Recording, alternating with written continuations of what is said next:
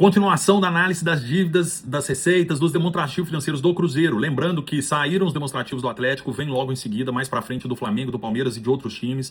Vou fazer também vídeos comparativos Cruzeiro versus Atlético. Eu vou fazer do Atlético sozinho, depois Cruzeiro versus Atlético. Ou seja, quem não segue o canal tá perdendo. É o maior canal de análise de demonstrativos financeiros do futebol. Eu sou o professor Júlio Reis, sou cruzeirense assumido, mas na hora de fazer as análises, analiso com imparcialidade e profissionalismo, conforme eu faço com os meus clientes, porque eu tenho uma empresa de consultoria de gestão, meu foco é fazer essas análises e melhorar os resultados das grandes empresas aí no Brasil todo, graças a Deus, Smart Valor. Mas voltando, esse é o segundo vídeo que eu vou falar sobre as dívidas do Cruzeiro. Eu fiz uma semana passada, quem não viu, volta lá, veja, né? Como eu disse, Gestão da Bola ou Professor Júlio Reis, esses são os perfis que eu tô colocando esses vídeos. A ideia mais pra frente é ficar só no Gestão da Bola, mas por enquanto eu tô colocando nos dois canais. Eu fiz um vídeo legal, já deixando uma visão geral da dívida do Cruzeiro e dando boas notícias para a torcida do Cruzeiro. Agora eu vou detalhar um pouco mais as dívidas do Cruzeiro, mas ainda vamos ter um terceiro que eu vou falar um pouco de patrimônio também, tá? Para encerrar. Lembrando que eu tô devendo também o vídeo 2, a sequência do vídeo que eu falo do resultado, do prejuízo que o Cruzeiro teve, se foi muito, se foi pouco e tal. Então vamos direto ao ponto aqui. Eu vou fazer uma recapitulação para vocês. Esse aqui é um gráfico que eu fiz, né, um dashboard que eu fiz para fazer análise. Eu usei IA para fazer esse dashboard, ficou maravilhoso, tenho orgulho dele. E todas as análises eu coloquei a opção de fazer uma correção pela inflação e estou corrigindo pelo IPCA, posso corrigir pelo IGPM também, tá? Olha só, essa é a dívida do Cruzeiro ao longo de 10 anos, eu peguei os demonstrativos do Cruzeiro ao longo de 10 anos, então você vê claramente que essa dívida do Cruzeiro vinha subindo enquanto associação, deteriorando, né? Quando chegou 2019 foi a tragédia da queda, 2020 foi o ápice da nossa dívida, 2021 ela caiu e aqui entrou a SAF do Ronaldo em 2022 e aí tudo melhorou novamente, né? Agora vem crescendo de novo e estabilizou em 2025, lembrando que isso tudo está inflacionado, sem inflação, olha aqui ó, como é que fica, ó. Aí o crescimento fica maior, mas é óbvio, né, gente? Porque esse valor aqui lá atrás, por exemplo, hoje ele representa muito mais, então precisa inflacionar. Então, deixa eu voltar aqui para vocês. A dívida atual do Cruzeiro está em 1.364 bilhões, tá? Ela, nominalmente, ela cresceu em relação ao ano passado. Se eu tirar a inflação, ela cresceu aí mais ou menos 50 milhões. Só que se eu inflacionar, a gente vai ver que na prática ela reduziu. Então, o primeiro ponto que eu falo das análises superficiais que são feitas pelas pessoas que não são do mercado, que não entendem, é o seguinte, a primeira análise eles falam, a dívida do Cruzeiro cresceu 50 milhões, cresceu nominalmente, na prática a dívida diminuiu, porque se você inflacionar a dívida do ano passado, ela é maior que a desse ano. Então, ótima notícia, a dívida diminuiu. Pela primeira vez, desde que o Ronaldo assumiu em 2022, a dívida do Cruzeiro diminuiu. E mais, considerando essa questão da inflação, a gente vê que a dívida do Cruzeiro, o pico foi em 2020, inflacionado. E aí agora ela tá um pouco maior que a 2021, tá? Mas ela é menor do que a 2023, inflacionado, tá, gente? Tem que olhar a barrinha aqui, ó, o tamanho da barrinha, não o número que tá aqui, porque o número que tá aqui é nominal, tá? A gente tem que botar aqui, ó, IPCA vezes 1,043, 93 e tal.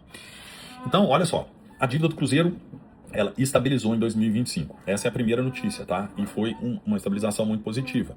Agora, outra coisa que eu mostrei para vocês do ano passado é a dívida em relação à receita. Esse é um indicador muito, muito importante. A gente pega quanto que o clube faturou num ano e divide pela dívida, para ver se a dívida ela precisa de quantos anos de receita para ser paga. Então eu tenho aqui esse gráfico para mostrar para vocês, tá vendo? Aqui nós temos, por exemplo, aqui 2025, certo? A linha amarela aqui. O que está amarelo é a SAF, o que está em vermelho é a crise, e o que está azul é lá na associação, lá no começo, onde o Cruzeiro ainda não estava tão endividado assim. Aqui, a primeira barra é a dívida, a segunda barra é a receita. Então, essa linha aqui em branco, ela mostra exatamente como vem variando a dívida em relação à receita. Quanto maior, pior. Né? O nosso ápice chegou aqui em 2021 com mais de 9 vezes a receita, ou seja, eu precisava faturar 9 anos sem gastar nada para pagar minha dívida. Né? Aí veio a salvação da SAF e hoje ela está em 2,3. Ela voltou para o patamar da época do Ronaldo. Então a dívida está mais alta, mas a receita também está muito mais alta. Então essa relação está boa, ela está mais ou menos no padrão de pré-crise. Pré-crise era 1,4, 2,3, 1,7, aí veio a crise, aí veio o Ronaldo com 2,3, aí aumentou, porque houve de fato um grande investimento no futebol pelo Pedro, e aí agora voltou a cair. Então essa é uma outra coisa muito importante. Agora eu quero mostrar para vocês o seguinte, o detalhamento dessa dívida. Primeira coisa, o passivo circulante equivale mais ou menos a 30% dessa dívida, tá? 20, acho que é 23%.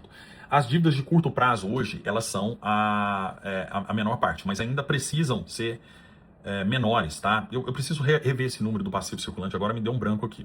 Mas isso não é importante. O que eu quero trazer aqui para vocês é essa classificação decrescente do perfil da dívida do Cruzeiro. Agora eu vou ensinar para vocês como se fosse na casa de vocês onde está esse 1.363. Nós vamos ver que está concentrado em algumas poucas contas aqui. Então olha só, o grande A maior parte da nossa dívida, se você somar essas duas linhas aqui, 760 milhões, é legado, é a dívida que está na RJ, com a associação, e a dívida do centro de treinamento. Aqui cabe um parênteses. O Cruzeiro fez uma troca com a associação, ele pegou o centro de treinamento e assumiu uma dívida que a associação tinha de parcelamentos de impostos, né, que é o PS e o PGFN. Então, o Cruzeiro assumiu essa dívida da associação e pegou para a associação um centro de treinamento que não tinha mais utilidade para a associação, que não tem mais futebol, mas tinha grande utilidade para o Cruzeiro SAF. Então, o Cruzeiro assumiu essa dívida. E essa dívida hoje é 700 milhões. Essa dívida é corrigida, a parte da associação ela é corrigida por correção monetária e a parte do centro de treinamento é corrigida pelo IPCA. Ou seja, é uma dívida absolutamente saudável, maravilhosa essa dívida, né? Quisera qualquer empreendedor ter uma dívida simplesmente que é corrigida por correção monetária, sem juros, sem nada. Essa dívida, se vocês verificarem, eu acabei de falar 760 milhões, em 2024, ela já era mais de 800, quase 830 milhões aqui, essa soma. Então o Cruzeiro vem abatendo ela mesmo. Aumentou a correção, ela foi corrigida, ou correção monetária ou IPCA, mas ela diminuiu. Então, a dívida vem sendo diminuída. Onde estão as outras dívidas do Cruzeiro? Essas duas aqui a gente pode somar. São dívidas com os times ou com luvas de aquisição de atletas. Então nós temos aí 305 milhões em dívidas de aquisição de atletas, que é super normal. Por quê? Porque o Cruzeiro realmente vem investindo em comprar atleta, mas ela não aumentou tanto. Isso eu até fiquei surpreso. Se você verificar o ano passado, ela estava em 184 mais 90, 274, e agora ela está em 30, ela aumentou 25 milhões, quer dizer, o Cruzeiro investiu pra caramba em atleta esse ano, na janela, em 2025, nas duas janelas, e a dívida aumentou muito pouco. Por quê? Porque o Cruzeiro vem pagando outras dívidas. Você vai ver que tem dívida até hoje, nas notas explicativas, tem dívida do Wallace, tem dívida muito grande ali do Arroio, tem dívida do Matheus Henrique, tem dívida de várias aquisições que o Cruzeiro fez, até do Arthur, como é que chama aquele Arthur que veio do Porto lá, que já saiu do Cruzeiro, enfim. Tá? Aí, gente, começa a diminuir bastante. Essa dívida de 74,3 e essa aqui de 7 são da mesma natureza. Elas somam 81 milhões de reais. Isso aqui não é dívida na prática, isso aqui é adiantamento de recebíveis. Significa o quê? Que o Cruzeiro recebeu, mas o Cruzeiro não vai pagar, o Cruzeiro vai prestar serviço. É coisa que o Cruzeiro, às vezes, recebeu um patrocínio adiantado, os times faziam muito isso, recebimento de direitos de televisão. Então, na verdade, o Cruzeiro não vai ter que desembolsar, o Cruzeiro só precisa tocar o bumbo aí que vai pagar, né? Pensa você é um prestador de serviço, você é um pedreiro ali. Na verdade, alguém te contratou para pintar a casa dele, no ano que vem já te pagou. Então, na hora de registrar, você tem que considerar que você está devendo para ele, mas você não vai pagar em dinheiro, você vai pagar em serviço. Então, logicamente, que é uma dívida boa. E aqui, gente, a cereja do bolo. Alguns atleticanos estão muito nervosos, que eu estou muito otimista com a dívida do Cruzeiro. Aqui é a cereja do bolo. Essa é a dívida do Cruzeiro com o banco, gente, 12,6 milhões. Era até 37 milhões, ainda caiu. O que já era pequeno, ridículo, caiu para 12,6 milhões. Gente, vocês têm noção? É uma dívida absolutamente pequena. Essas são as famosas dívidas onerosas. Então, o que eu queria mostrar é o seguinte: o Atlético, por exemplo, o Rubem Menin soltou um vídeo ontem falando que a dívida dele com bancos era em torno, se eu não me engano, não sei se foi no vídeo ou vi em algum lugar, que é 500 milhões de reais. E o Atlético pagando 250 milhões por ano de juros. A do Cruzeiro é 12 milhões de reais. Então, assim, mesmo que a dívida do Cruzeiro é alta, do Atlético é mais alta ainda, o problema da dívida do Atlético é o perfil dessa dívida do Atlético. A dívida do Atlético, ela custa muito dinheiro para o Atlético. A dívida do Cruzeiro não custa dinheiro para o Cruzeiro. Isso permite que o Cruzeiro ou invista mais em futebol, ou até mesmo quite mais rápido essa dívida. Então você pensa comigo, né? 250 milhões que o Atlético paga de juros, dá 20 milhões por mês, é quase que uma folha de pagamento, né? A folha de pagamento, se eu não me engano, é 30. E aí ele paga outra de juro. E o Cruzeiro não paga nada. Pra vocês terem uma ideia, sabe qual o juro que o Cruzeiro pagou nesse demonstrativo financeiro? 15 mil reais de juros para o banco no ano. O Atlético pagou 250 milhões de reais. 15 mil reais versus 250 milhões de reais. Além disso, o Cruzeiro pagou 30 mil reais de correção monetária, que eu já expliquei, da SAF. Né, da dívida junto à associação, da RJ. Ou seja, é muito pouco, graças a Deus. Por isso a minha empolgação. O Cruzeiro está com a dívida controlada e o Cruzeiro está com uma dívida onerosa muito baixa e com uma dívida de curto prazo ainda alta, que precisa ser mais reduzida. Tá? Algumas outras coisas que eu queria comentar com vocês para encerrar esse vídeo aqui. Então, o grosso da dívida do Cruzeiro, recapitulando, é dívida herdada, é a dívida inicial do Cruzeiro. Nós estamos falando em 760 milhões. Ela está absolutamente controlada. A dívida um pouco mais preocupante é com futebol, com aquisição de atletas, que é super normal. Isso, gente, não é que o Cruzeiro está devendo caloteiro, não. É dívida acordada. É quando o Cruzeiro compra parcelado, entendeu? Isso é super normal. É como você comprar no cartão lá em 12 vezes alguma coisa no Mercado Livre, é isso. O Cruzeiro comprou vários jogadores em 12 vezes e isso o Cruzeiro está devendo ainda 300 milhões. Ela não é tão preocupante assim. Tem uma preocupação que ela é em euro, mas agora o euro está até favorável caindo. Quando o euro aumenta, essa dívida aumenta. Quando baixa, a maioria delas, né? O Cruzeiro podia até fazer um mecanismo de hedge para proteger essa dívida, mas isso é o assunto para outro vídeo, para outra conversa, tá? Então o Cruzeiro está com essa dívida muito controlada. É impressionante como você vê um número tão alto, 1 bilhão e 400, mas não assusta, sob hipótese alguma. No próximo vídeo eu vou falar um pouquinho de patrimônio. O que acontece com a dívida, tá, gente? Isso é outra coisa importante. Se alguém tem uma dívida de 2 bilhões, mas tem 10 bilhões de patrimônio, essa dívida ela é menos relevante se você tiver 2 bilhões de dívida e tiver 1 bilhão de patrimônio. Então, o patrimônio que você tem, que eu estou falando, são os ativos, não o patrimônio líquido. Então, significa o patrimônio líquido é exatamente o que você tem de patrimônio menos a dívida. Pensa na sua casa, tá? Você tem lá, junta seu carro, sua casa, sei lá o que, você tem 1 milhão de patrimônio e você tem 500 mil de dívida. Então, se você vender tudo, você paga a dívida e te sobra mais 500 mil. Esse é seu patrimônio líquido, tá?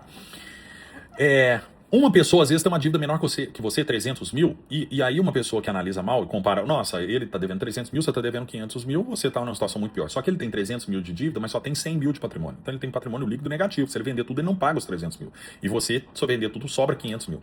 Quem está numa situação melhor? Você ou seu amigo? Que deve só 300, mas só tem 100 mil de patrimônio. Você está numa situação muito melhor. Então nós precisamos também olhar a dívida à luz do ativo. O Cruzeiro hoje tem um ativo de 400 milhões a mais do que sua dívida. O ativo do Cruzeiro está em torno de 1 bilhão, quase 1 bilhão e 800 milhões.